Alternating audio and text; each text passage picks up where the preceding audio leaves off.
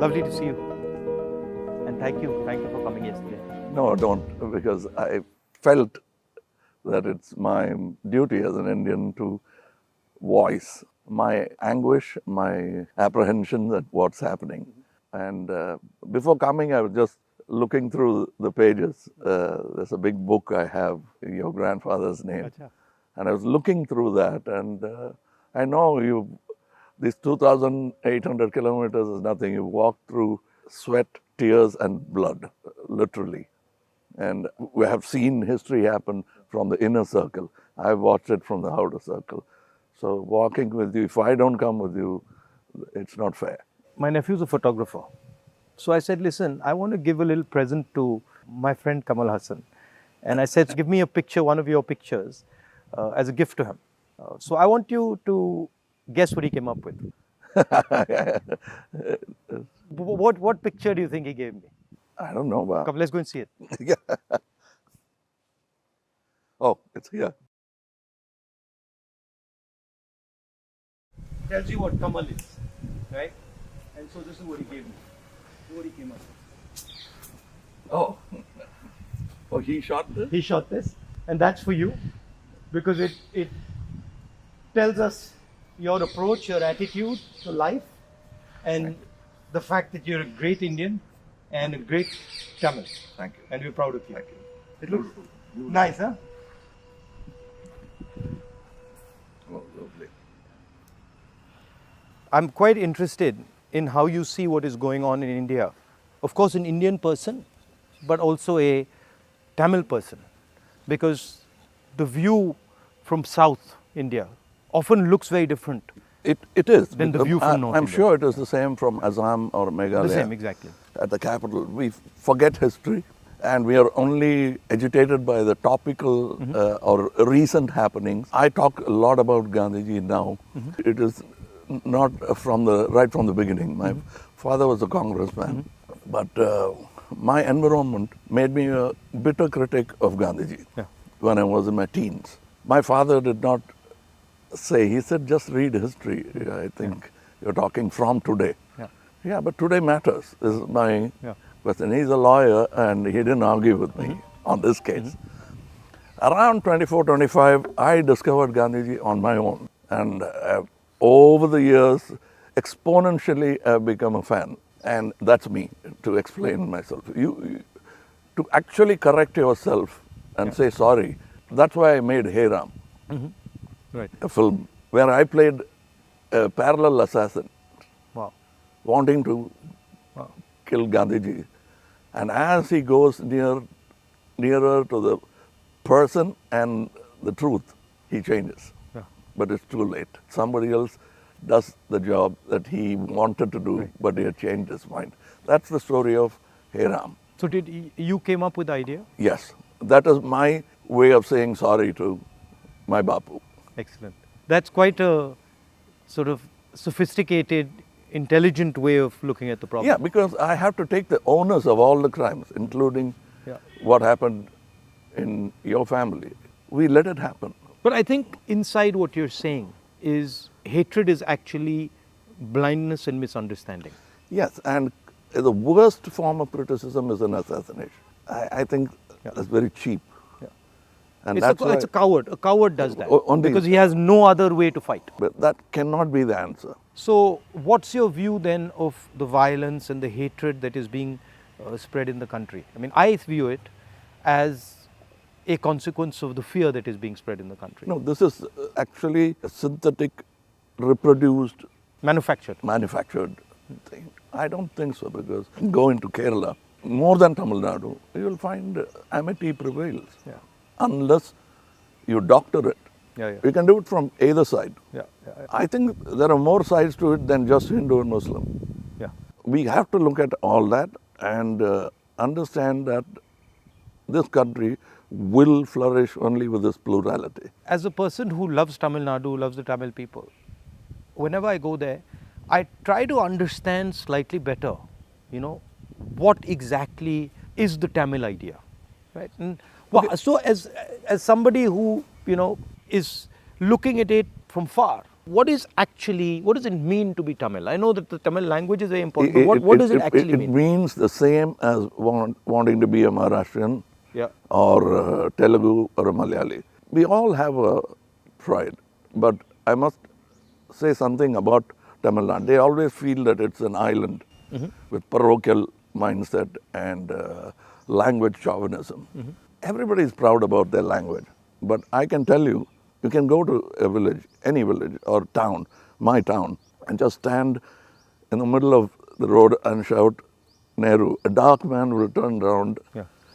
or you say Bose. Yeah. Somebody will turn around and he doesn't look anything like Yeah.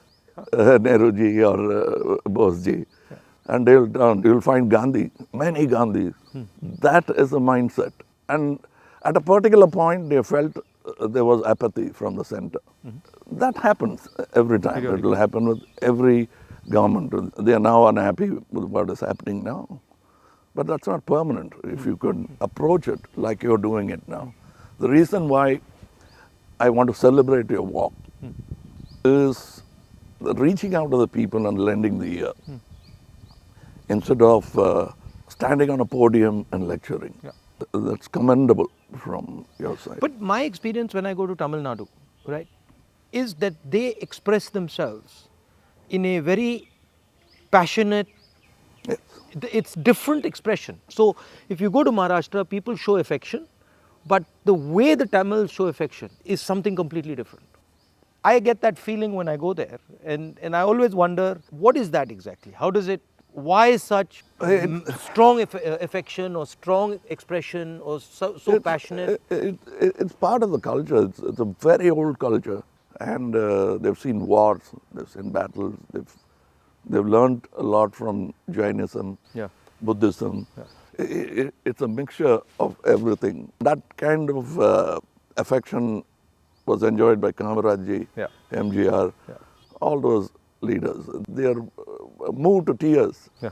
laughter, screaming when they see the man of the. I think it's around the country. It's like that with variations. And also the Tamil language is very important to them. Yes, I think even non-religious, godless people celebrate Tamil and worship Tamil. So you said you've got, you're doing this fashion business, and so you know a lot about what is going on in the rest of the world. How do you see the United States, China, these countries? Where do you see India's place in all this? Nowhere less than them, Yeah. but we should walk the talk. Yeah. Like you're doing, every Indian must walk the talk. I want to be, or simply resigning yourself to calling it a third world country. Yeah. You can't do that anymore. That's blasphemy. And you said in our earlier discussion that production has a lot to do with it. The ability to produce something and Yes. sell it outside India, not just in India. Yeah, we can't have a toddy mindset because you can't bottle it. It has to be had Right. then and there. We are in G20 not because of one government, Yeah. successive governments. And whatever good they could do, that has accumulated and come to this day. So we are aware of that. And you were talking about China. I want you to say more. The security of the country, both internal and external. Yeah. Your opinion on it. I was speaking to some ex-servicemen the other day, and I was mentioning to them that security today in the 21st century, it's not good enough just to say, okay, what do our borders look like, right? Because security today has become a holistic thing. You don't necessarily get attacked from the borders. You can get attacked from inside. You can get attacked by cyber weapons. You can get attacked by, use of your media. So in the 21st century, one has to have a global view about security. And that's where I think our government has completely gone and miscalculated. We constantly hear about what is going on the border. And the fact of the matter is that China has taken 2,000 kilometers of our territory, okay, square kilometers. And frankly, we haven't said anything. The Prime Minister hasn't said anything. The military has clearly said that they're sitting in our territory, but the Prime Minister said nobody has come. This sends a very clear message to China. And the message is, we can do whatever we want, and India will not respond, right? And in fact, in some of the conversations that they are having with our military, they're actually making the statement that, look, your Prime Minister himself has said we are not in your territory. So what is the conversation about? So that's one aspect of it. Yeah, to them it will look like we are whistling in the dark to allay fear. Yeah. No, and Looking out somewhere no, else. imagine if you're the leader, right? And your forces and my forces are negotiating, and your forces are coming and saying you're in my territory, and then I say no, but your leader has said we're not. So it destroys the entire negotiation position of Yes, India. yes. Right? So that's one aspect of it.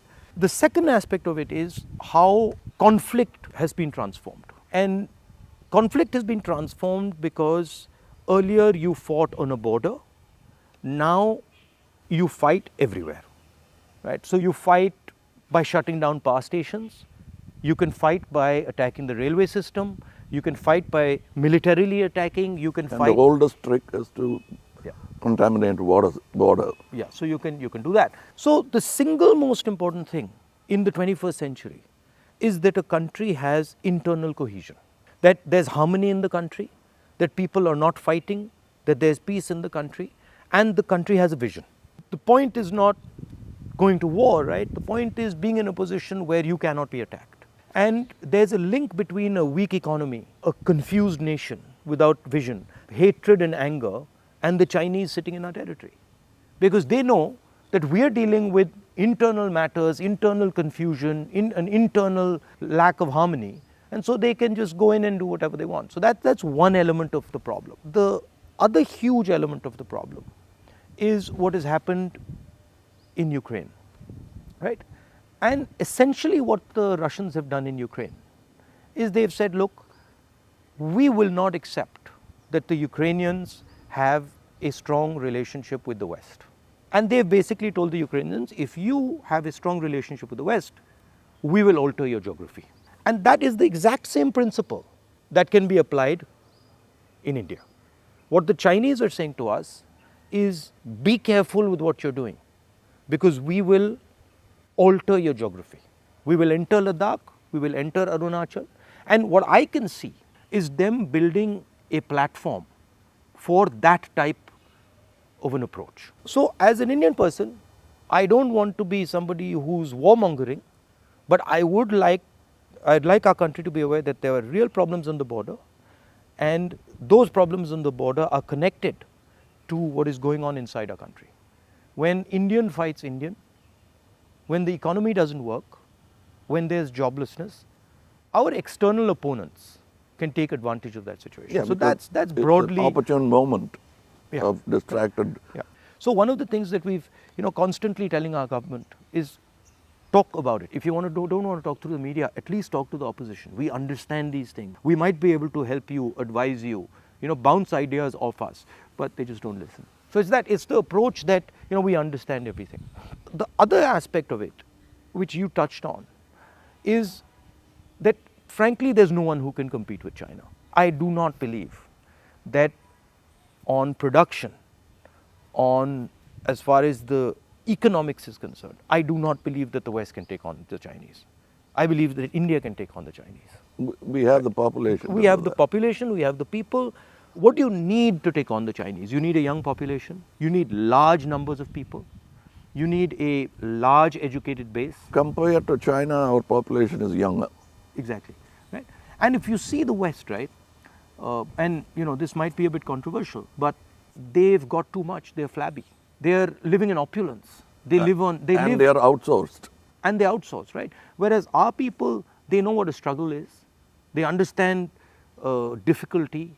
So I think as an Indian person, I see a huge opportunity for India to become, like China, the producer of the world, right? And of course, the West has a space, which is high-end manufacturing, high technology, etc., which they're very good at, they'll dominate. And we should try and challenge them on that.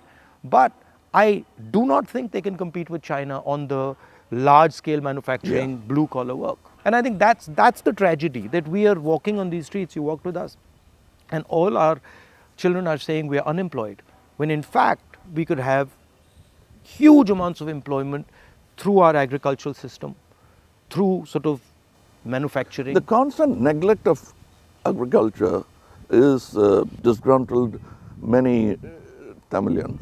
They voiced, they came here, they didn't even get an audience. India has skills, and it has skills everywhere, right? I always say that the next Satyagraha is the skill set development for India. Right. Because making thousands of lawyers who won't get a job, thousands of engineers Exactly. who won't find a job. Instead, if you develop their skills, they can have their degree but pursue their passion. Instead of me talking about other subjects generally, let me talk about where I come from, the film industry. But the number of training facilities, 200 jobs in a film, and there's no ITI for that. So what it is, right, is actually a disrespect of skills. You will not respect the person's skill and then say, okay, as the nation, how do we empower this person's skills? So I gave you the example of Bellary, right, which is the jeans capital of India. Now Bellary should be exporting jeans to the rest of the world, should be exporting different types of jeans, should be innovating on jeans. Right? Bellary has been shut down because of demonetization and wrongly applied GST. And you've literally taken a hub which could challenge the Chinese across the world in making jeans, and you've destroyed it. It used to have 4.5 lakh people working there, it now has 50,000. Like something like what you're doing with Khadi, right? I mean, who would know that that's a Khadi jacket? Nobody. Right? More than the publicity of it, the reach of it. Exactly. And Americans are loving it. And then you got the history of Khadi, right? Because if you start to say, well, this is Khadi from the Indian freedom movement, this is made by Indian people by hand, this is what fought a superpower, you can make a beautiful story out of it. Yes. Yeah. And it's not done in a modern factory. Yeah. It's done by people sitting in villages and handmade. Exactly. You know, I'm very happy and honored to be sort of partnering with these people who've been neglected. They're almost on the verge of closing down and going back, thanks to GST. So how many people now are working there? We have started, we have not started a full-fledged tailoring system because we only have 12 outlets and we can supply with a number of tailors. But the number of weavers are many. Right. They are in Telangana, Karimnagar. We are sourcing it. We are going even to Kutch and other places so that we can bring India together. So that's it was very nice. It was very nice of you to come, I must say. I with all the situation and the BJP and sort of the ability they have to coerce, I think it's also a brave thing. That's why I think that's why he gave. He came up with that idea of the picture. It's not easy. I'm glad he thinks of me that way, but I still remember the speech by Gandhiji when he said, "Shake the lion's mane," for which he was incarcerated. So we have the strength and ability. But I'm happy that you're meeting people, practicing jujitsu, walking miles and miles and miles. It's nice. And because you're doing exactly what Gandhiji did, to understand the nation before fighting for it. No, it's quite a fantastic experience. I remember walking from Tamil Nadu into Kerala. It's completely different. Yeah. And as you said, it's changed, but then it's the same. So there's huge commonality and then there's huge difference. That's the individuality of it. That's the plurality that we should not lose at all. Yeah. And I think a lot of what we traditionally have is also the artisan, the small and medium person, the little clusters who have huge skill, but they are sort of hidden away, hidden treasures, so to speak. Yeah, I think it's very important that a government in position should bolster like farmers during the Gaja calamity. For them, after some time, party affiliations don't matter. The calamity that they're facing is the pain is the most important thing. It doesn't matter. And politicians always go and talk about the next election. And their trajectory is towards that, and that they don't like. They can't tend to take their eyes off it, politicians. I find that. And I get criticized a lot, sometimes, where they're like, oh, he's not election centric. I mean, I think of course, one has to fight elections, one has to be in politics, one has to take them seriously. But there's also another role of people. There's a role of bringing people together, of listening, of being affectionate. You know, that role, I think, is a very important role. What we have done through our party is that simply sort of wipe the dust away from the Gram Sabhas and brought it back into, now it's happening because we are attending and now we want to take it into the towns. I think people should participate in politics, not necessarily electoral politics only. Exactly. But they must have a firm say that politicians will have to understand it's not all about number crunching, that they'll have to answer certain things. And people should also feel that I can vent or complain. I can say something, and politicians should also feel that I can take some punishment. You know, he's shouting at me, okay, no problem. I did something wrong. I go and listen to what he's doing, what he's saying. I think that's, you know, people don't like criticism. I think criticism is a good thing. I think we are a very young democracy still, in spite of 75 years. The reminiscence of the monarchy is still in our mind. Yeah. No, that's a profound thing you've said. It's true. It's still, they want loyalty. And politicians who are in power want to somewhere behave like a king. Because it's not too far behind in history that we had princely states. 70 years, yeah. But I think if you look, a lot of sort of our chief ministers and leaders, the approach is that of a king. You know, you're like unilateral decisions. I will do whatever I want, not taking into account what people feel, not listening. I think there's quite a lot of that. Yeah, and they are offended when you call them a civil servant. Yeah. I'm not a civil servant. Yeah. I'm in position, I'm in power. But that's what we are, ultimately. It should be a position of honor rather than position to usurp. Yeah. The trustee idea of Mahatma Gandhi. Over the time, I'm looking for people who are at least a semblance of that in them, because it's unique. Is a tall international figure.